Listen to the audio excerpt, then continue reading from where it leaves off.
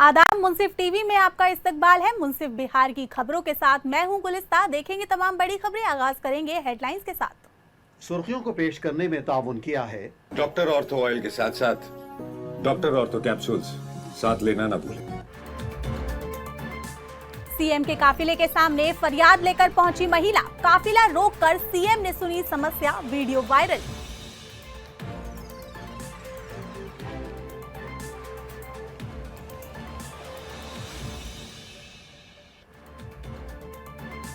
तेजस्वी के कानून व्यवस्था के मुद्दे पर आरजेडी का पलटवार। बीजेपी जेडीयू पर निशाना। सरकार पर अनर्गल बयानबाजी का आरोप।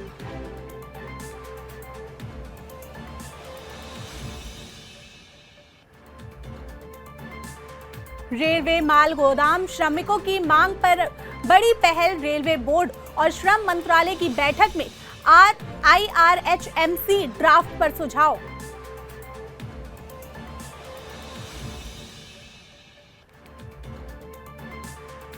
कैमूर के पंचायत प्रतिनिधियों का वाराणसी एक्सपोजर विजिट। 10 से 13 अगस्त तक 4 दिवसीय कार्यक्रम। ग्रामीण विकास की सीख।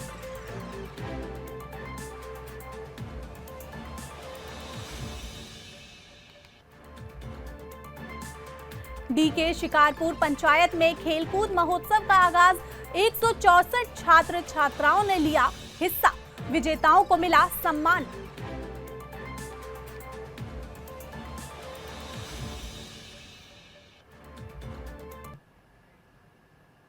आगाज करेंगे बिहार की बड़ी और अहम खबरों के साथ। मुख्यमंत्री से जुड़ा एक वीडियो लगातार वायरल हो रहा है। दरअसल मुख्यमंत्री के काफिले के सामने अचानक एक महिला हाथ के कागज लिए अपनी फरियाद लेकर पहुंच गई। महिला को देखते ही मुख्यमंत्री ने रुककर उसकी बात सुनी और उनकी परेशानी के बारे में पूछा। महिला ने मुख्यमंत्री के सामने अपनी समस्या रखी। इस दौरान मुख्यमंत्री का ये अंदाज वहां मौजूद लोगों के बीच चर्चा का विषय बन गया। काफिले के बीच रुककर महिला की बात सुनने का ये वीडियो अब सामने आया है और लोगों का ध्यान खींच रहा है।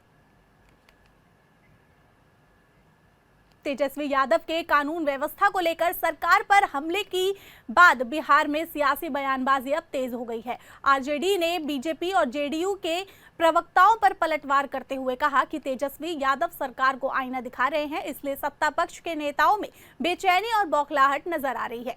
आरजेडी का आरोप है कि बिहार में हो रही हत्याओं और छात्रों पर कथित तौर पर गोली चलाए जाने की घटनाओं को लेकर तेजस्वी यादव न्याय की मांग कर रहे हैं, लेकिन सरकार जवाब देने के बजाय अनर्गल बयानबाजी कर रही है। पार्टी ने कहा कि सरकार को विपक्ष पर हमला करने के बजाय कानून व्यवस्था से जुड़े सवालों का जवाब देना चाहिए और जनता की समस्याओं पर कार्रवाई करनी चाहिए। AK-47 इस्तेमाल करके छात्रों पर गोली चलाया गया तो उसके संबंध में डीजीपी से मिलकर के न्याय की गुहार लगाए तो बेचैनी क्यों? बेचैनी ही बता रहा है कि सरकार चाहती है कि जितना अन्यायपूर्ण व्यवहार है छात्रों के साथ, जिस तरह का व्यवहार हुआ उस मामले पर नेता प्रतिपक्ष चुप रहें। नेता प्रतिपक्ष चुप रहने वाले नहीं हैं। सच और सच्चाई को उजागर करेंगे, जनता के बीच में जाएंगे, जनता की बात को बताएंगे और जनता को ये भी बताएंगे कि बिहार में जो सरकार है ये जनता की सरकार नहीं है।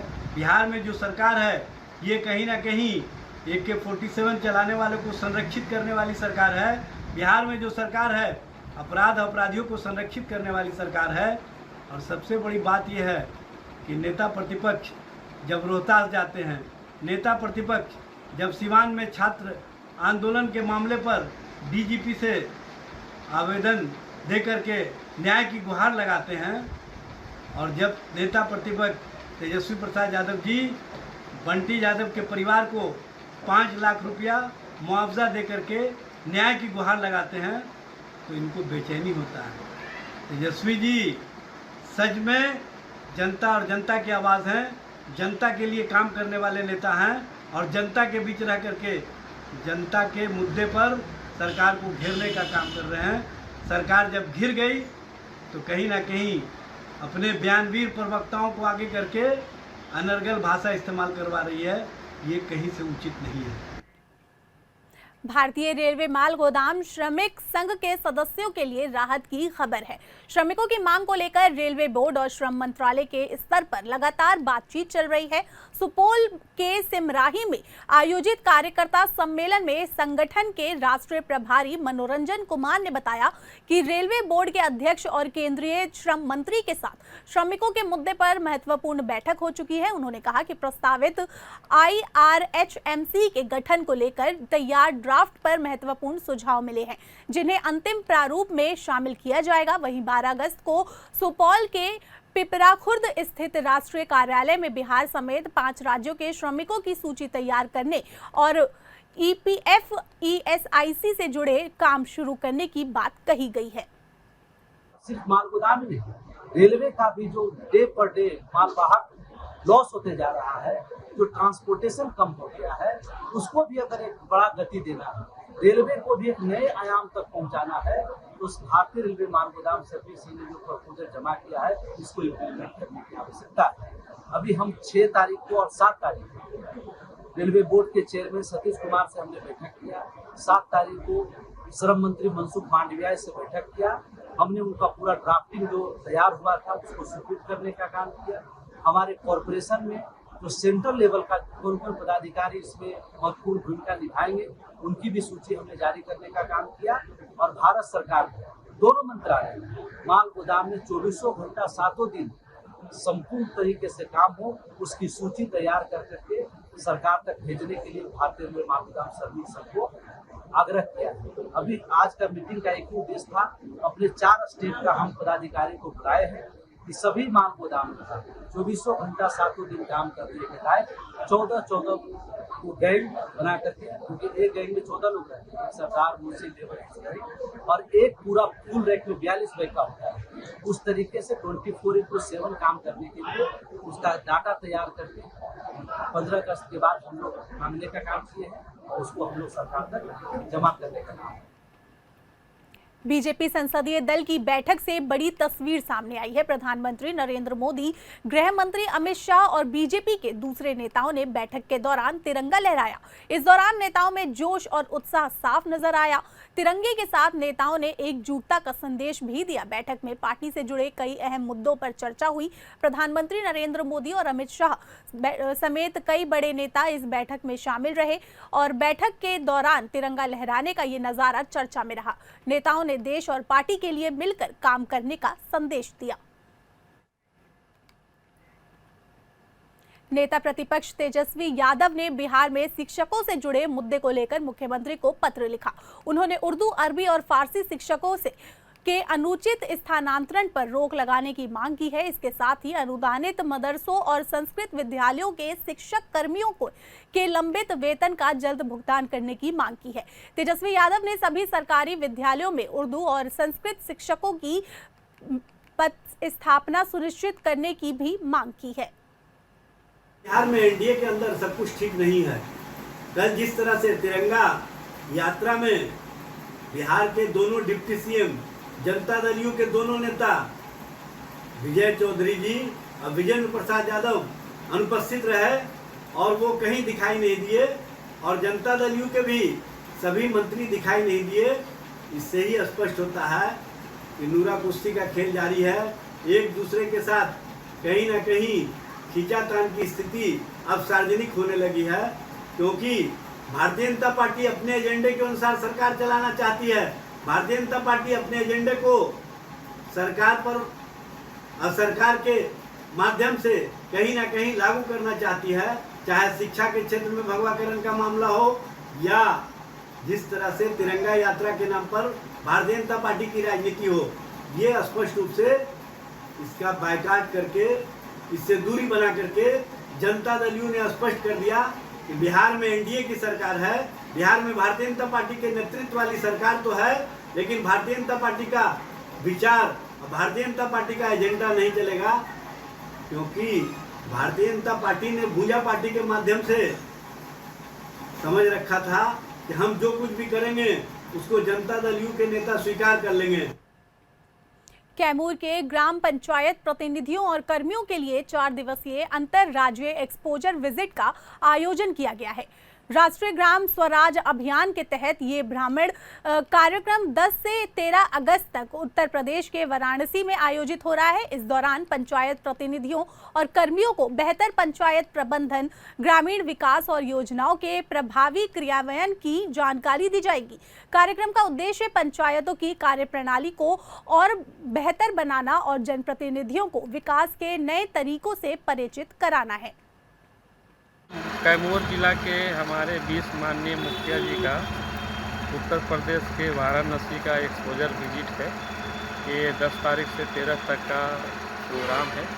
इसमें दूसरे राज्य में पंचायतों में जो कार्य हो रहे हैं उसका अवलोकन करने के लिए पंचायती राज विभाग से सभी लोगों को भेजा जा रहा है, ताकि दूसरे राज्यों में जो पंचायतों के अंदर बेहतर काम हो रहे हैं उसका अवलोकन करके अपने पंचायतों में उस योजनाओं को लागू करने में उनको कुछ सहायता मिल सके, उसके दिशा में वो सोच सके। इसी के लिए हम लोग सरकार की तरफ से, बिहार सरकार की तरफ से, पंचायती राज विभाग की तरफ से जा रहे हैं कि अदर स्टेट में पंचायतों का कैसा विकास होगा उसको देखने के लिए जा रहे हैं, ताकि वहाँ से आने के बाद यहाँ भी उस ढंग का विकास किया जाए। आप उनके विकास मॉडल को देखे जा रहे हैं या आपके यहाँ जो विकास हुआ है वो उन्हें बताने जा रहे हैं? किस तरह का देखने जा रहे हैं वहाँ विकास कैसा हुआ है उसके विषय में पंचायती राज विभाग की तरफ से हम लोग जा रहे हैं। आपका परिचय? मोतीलाल पाल, मुखिया पंचायत रतवार। जहानाबाद में अपनी 10 सूत्री मांगों को लेकर मजदूर यूनियन ने जिला समाहरणालय के सामने जोरदार प्रदर्शन किया। प्रदर्शन कर रहे मजदूरों ने जिला प्रशासन और बिहार सरकार से उनकी मांगों को सरकार तक भेजने और जल्द मंजूरी दिलाने की अपील की। मजदूरों का आरोप है कि ठेकेदारों की ओर से उनका शोषण किया जा रहा है, अधिक काम लिया जा रहा है और समय पर मजदूरी का भुगतान भी नहीं किया जाता। मजदूरों का कहना है कि समय पर वेतन नहीं मिलने से उनके परिवारों पर आर्थिक बोझ बढ़ रहा है और अब उनकी मांगों पर सरकार के फैसले का इंतजार है। पश्चिम चंपारण के नरकटियागंज में डीजे शिकारपुर पंचायत में 2 दिवसीय खेलकूद महोत्सव का शानदार आगाज हुआ। महोत्सव में पंचायत के अलग अलग प्राथमिक और मध्य विद्यालयों के 164 छात्र छात्राएं विभिन्न प्रतियोगिताओं में हिस्सा ले रहे हैं। दौड़ प्रतियोगिता के साथ शुरू हुए आयोजन में बच्चों ने अपनी खेल प्रतिभा का प्रदर्शन किया। वहीं विजेता खिलाड़ियों को मेडल और मोमेंटो देकर सम्मानित किया गया। शिक्षा विभाग और जनप्रतिनिधियों ने पढ़ाई के साथ खेल प्रतिभागों को बढ़ावा देने पर जोर दिया और कहा कि खेल बच्चों में आत्मविश्वास बढ़ाने का बेहतर माध्यम है।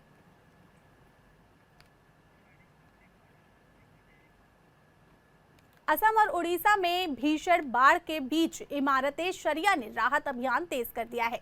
फुलवारी शरीफ से 19 सदस्यों की 2 राहत टीमें बाढ़ प्रभावित इलाकों में भेजी गई हैं। टीमें प्रभावित परिवारों तक खाद्य सामग्री और जरूरी राहत सामान पहुंचाने के साथ जमीनी स्थिति का जायजा ले रही हैं। इमारते शरिया ने लोगों से राहत कोष में सहयोग कर बाढ़ पीड़ितों की मदद की अपील की है। बिस्मिल्लाहिर्रहमानिर्रहीम। इमारत शरिया बिहार, उड़ीसा, झारखंड व मगरबी बंगाल एक दीनी, मिली, शरई, रफ़ाही और फलाही तंजीम है। जब भी मुल्क व मिल्लत पर हालात आए हैं, इमारत शरिया की रवायत ये रही है कि उनके अकाबिर ने आगे बढ़कर मिल्लत की रहनुमाई की है और जो मुसीबत आई है उस मुसीबत को दूर करने की हर मुमकिन कोशिश की है। इमारत शरिया का दायरेकार गरचे सिर्फ 4 स्टेट है, बिहार, उड़ीसा, झारखंड व मगरबी बंगाल, लेकिन पूरे हिंदुस्तान में जब भी इंसानियत पर कोई मुसीबत आई है, इंसानों पर कोई मुसीबत आई है, तो इमारत शरिया उनकी मुसीबत को दूर करने के लिए हमेशा फ़िक्रमंद रही है और उसके लिए कोशिश की है। चुनांचे जब कच्छ भुज में ज़लज़ला आया था तो उस वक्त भी इमारत शरिया ने रिलीफ का काम किया। गुजरात में फसाद हुआ, वहाँ इमारत शरिया ने रिलीफ का काम किया। कश्मीर में सैलाब आया, केरल में सैलाब आया, पंजाब में सैलाब आया, इमारत शरिया ने राहत रसानी और बाज़ाबादकारी का काम किया है। आज जबकि हालिया दिनों में आसाम और उड़ीसा में सैलाब आया हुआ है, जिससे तकरीबन सैकड़ों इंसानी जानें हलाक हुई हैं। खबरों में आगे बढ़ेंगे। पूर्णिया में देर रात एक दिल दहला देने वाली वारदात सामने आई है, जहां एक बैंकर पति ने अपने 9 साल के बेटे के सामने पत्नी की गोली मारकर हत्या कर दी। मृतका शालिनी बीपीएससी शिक्षिका थी और अररिया के रानीगंज में सरकारी शिक्षक के पद पर कार्यरत थी, जबकि आरोपी पति राजकुमार कोऑपरेटिव बैंक में काम करता था। बेटे के मुताबिक पिता ने पिस्टल निकालकर धमकी दी और कहा कि आज सारा खेल खत्म कर दूंगा। इसके बाद मां के सीने में गोली मार दी। वारदात के बाद आरोपी पति मौके से फरार हो गया और पुलिस मामले की जांच में जुटी हुई है। तो मतलब गोली मार दिया, तो हम गए भागे भागे 4 गो साथी के साथ वहाँ पहुँचे तो मतलब दोनों बच्चा बताया जो पापा गोली मार के मतलब भाग गए। पापा गोली मार के भाग गए, तब तो हम लोग प्रक्रिया में लेके सर। कितना गोली लगा?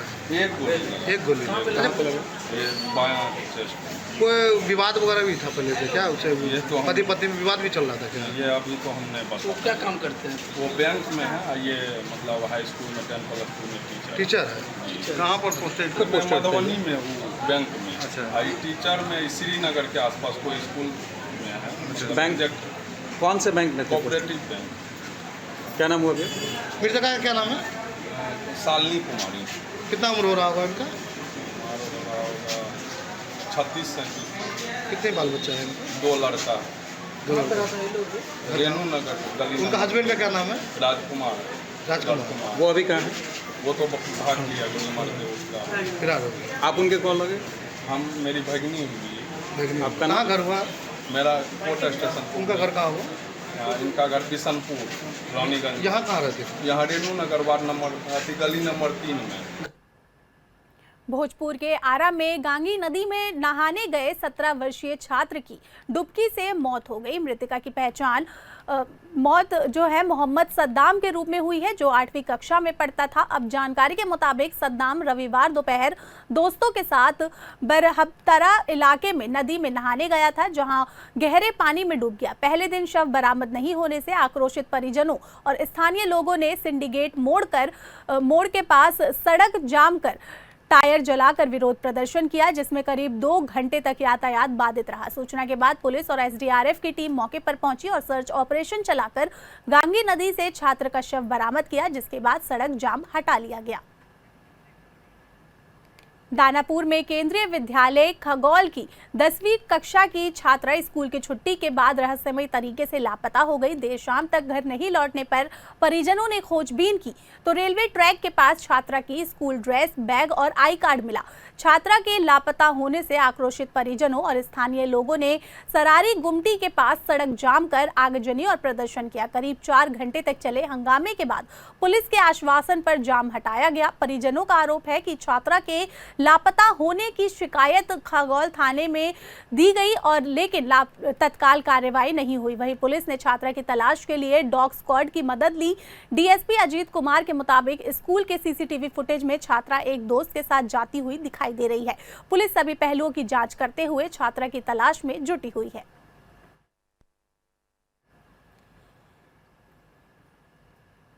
संसद के मॉनसून सत्र के दौरान कांग्रेस अध्यक्ष मल्लिकार्जुन खड़गे ने झारखंड में नौकरी की मांग को लेकर प्रदर्शन कर रहे युवाओं का मुद्दा उठाया। खड़गे ने कहा कि नौकरी की तलाश कर रहे युवाओं की आवाज को दबाने के बजाय उनकी बात सुनी जानी चाहिए। उन्होंने सरकार से युवाओं के भविष्य और रोजगार के मुद्दे पर गंभीरता से काम करने की मांग की। झारखंड में नौकरी के लिए प्रदर्शन कर रहे युवा लगातार अपनी मांगों को लेकर आवाज उठा रहे हैं। अब खड़गे के बयान के बाद ये मुद्दा संसद में भी चर्चा का विषय बन गया है। ऐसे ही है, एक तो स्टूडेंट के ऊपर जो लाठी चलाई, गोली चलाई, ये सब किसने किया एक, और दूसरा क्या है, आपने इसके बारे में सदन में आके एक हमको बताइए कि कौन ऑर्डर दिया और कैसा हुआ। दूसरा ये है, ये लाठीचार्ज ये सब होने के वजह से बहुत से बच्चे बीमार हो गए, हॉस्पिटल चले गए और 100 से भी ज्यादा छोटी मोटी जो भी जख्म हो गई और बहुत से पैलेट गन से जो स्टूडेंट्स को मारे उनको घायल हो गए। इसके बारे में हम चाहते हैं कि वो स्टेटमेंट दे, लेकिन 15-20 दिन हो गया, 18 दिन हो गया, वो स्टेटमेंट देने को तैयार नहीं। अब वो कोशिश कर रहे हैं कि इसको कैसा हम एक बार बोल के तो उसके बाद निकल जाएंगे, ये उनकी मंशा है। सेकंड तो ये है चंदा चोरी, ये भी हमारा इश्यू। थर्ड है हमारा माफी मांगने का। झारखंड के छात्रों के प्रदर्शन को लेकर सियासत तेज हो गई है। बीजेपी प्रवक्ता सुधांशु त्रिवेदी ने राहुल गांधी पर तीखा हमला बोला है। उन्होंने कहा कि रांची के छात्रों की आवाज राहुल गांधी तक नहीं पहुंच रही है। सुधांशु त्रिवेदी ने तंज कसते हुए कहा कि राहुल गांधी के दोनों कानों में लेफ्ट साइड के ईयरफोन लगे हैं और वही उनकी ट्यूनिंग विदेश से रही है। उन्होंने कहा कि ईयरफोन की आवाज इतनी तेज है कि रांची के छात्रों की गूंज भी राहुल गांधी तक नहीं पहुंच पा रही है। अब बीजेपी के इस बयान पर कांग्रेस की ओर से क्या जवाब आता है, इस पर सबकी नजर है। आज हम कांग्रेस पार्टी और राहुल गांधी जी से कहना चाहते हैं, गृह मंत्री जी सदन में आकर हर विषय का बिंदुवार उत्तर देने को तैयार हैं, आप भागिए मत। बहुत स्पष्ट रूप से हम यह कहना चाहते हैं, आप सदन से भागिए मत। और इस समय विशेषकर जिस प्रकार का आचरण राहुल गांधी दिखा रहे हैं, उनके लिए मैं एक पंक्ति कहना चाहूंगा कि होंगे राजे राजकुंवर ये बिगड़े दिल शहजादे, और एचएम पीएम जब जब बोले तब ये सदन से भागे। अब मैं कहना चाहता हूं, कई बार आपका इतिहास है भागने का, हम आपको चुनौती देते हैं, आप डरिए मत, भागिए मत और सुनिए। सदन में आपको सुनना चाहिए और रांची में जाना चाहिए, मगर रांची जा नहीं रहे, सदन में सुन नहीं रहे। रांची के छात्रों की गूंज उन्हें सुनाई नहीं दे रही है, क्योंकि उनके कान में लेफ्ट साइड के जो ईयरफोन है वो दोनों तरफ लगे हुए हैं, और उसकी ट्यूनिंग जो अब्रॉड से होती है, इतनी लाउड ट्यूनिंग हो रही है कि रांची के छात्रों की गूंज उन्हें सुनाई नहीं। सावन शिवरात्रि पर उत्तर प्रदेश के मुख्यमंत्री योगी आदित्यनाथ ने मानसरोवर शिव मंदिर में पूजा की। मुख्यमंत्री योगी आदित्यनाथ ने मंदिर पहुंचकर भगवान शिव का रुद्राभिषेक किया। इस दौरान उन्होंने विधि विधान से पूजा की और भगवान शिव का आशीर्वाद लिया। मंदिर में सावन शिवरात्रि के मौके पर भक्तों की भीड़ भी नजर आई। पूरा मंदिर परिसर भोलेनाथ के जयकारों से गूंजता रहा। मुख्यमंत्री ने प्रदेश की खुशहाली और लोगों की सुख शांति की कामना की। सावन शिवरात्रि के मौके पर मंदिर में खास पूजा और धार्मिक कार्यक्रम भी किए गए।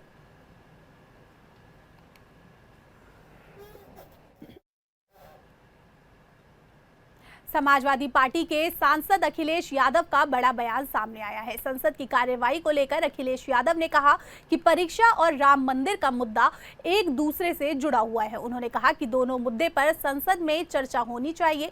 वहीं झारखंड के मामले में अखिलेश यादव ने कहा कि बातचीत ही आगे बढ़ने का रास्ता है।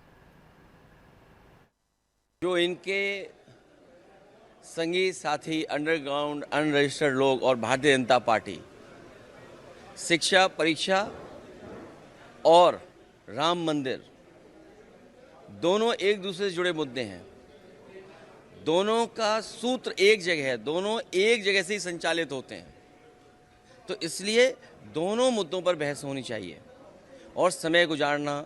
ये बात जो आज कही जा रही है, एक हफ्ते पहले भी कही जा सकती थी। एक हफ्ते पहले क्यों नहीं की गई? क्योंकि वो चर्चा ही नहीं करना चाहते। चर्चा के साथ साथ प्रभु राम जी का भी नाम नहीं लेना चाहते हैं। जब चंदे की बात आएगी तो सदन में हम सब प्रभु श्री राम जी का नाम लेंगे, उसका भी नाम नहीं लेना चाहते हैं भारतीय जनता पार्टी के लोग। और जो लोग लाठी मारे हैं छात्र नौजवानों को, याद रहे भगवान की लाठी में आवाज़ नहीं होती है। और फिर इनके लिए धर्म, धन ही धर्म है, सबसे बड़ी चीज़ है। झारखंड के मसले पे मैंने पिछली बार भी कहा आपसे और फिर कहता हूँ कि बातचीत ही रास्ता है और लगातार बातचीत करते रहना चाहिए। और मुख्यमंत्री जी और सरकार ने बातचीत के लिए छात्रों से बात करने का कहा भी है। सॉरी,